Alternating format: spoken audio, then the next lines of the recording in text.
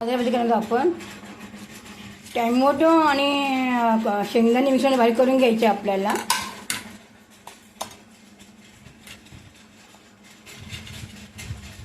दोन कप या दोन चमचे शेंगदाणे कूट टाकायचं आहे. मिक्सरला बारीक करून घ्यायचं आपण. शेंगदाणे आणि टॅमॅटो टाकले मिश्रण बारीक करायला. आता हे जिरं टाकायचं थोडंसं. अख्खे धणे टाकूया. 2 बेडगी मिरची घेतलेली आहे. सुकी मिरची 2 बेडगी ती मिक्सरला बारीक करून घेऊया. तेल टाकायचं. मोहरी, वाटलेला मसाला,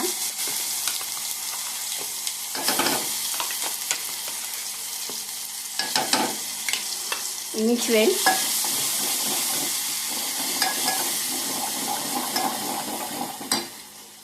गॅस कमी करायचा आहे. चवीपुरतं मीठ घालायचं आहे.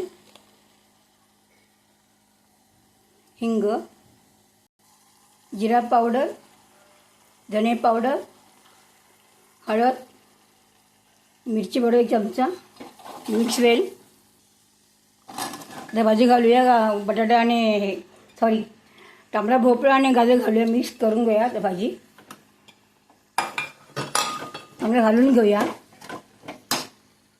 थोडं पाणी टाकून शिजवून घ्यायचं आहे आपल्याला. भाजी खूप छान लागते. मस्तपैकी चवीला पण छान लागते भाजी. गाजर भोपळा तयार झालेले आहे. मी बघू शकते. सुंदर आलेले, मस्त आलेलं आहे. वाव, का सुंदर आलेले आहे ना गाजर भोपळा.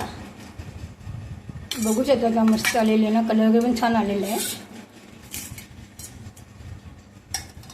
साधी सिंपल पण चांगली लागते भाजी. पण चवीला पण छान लागते.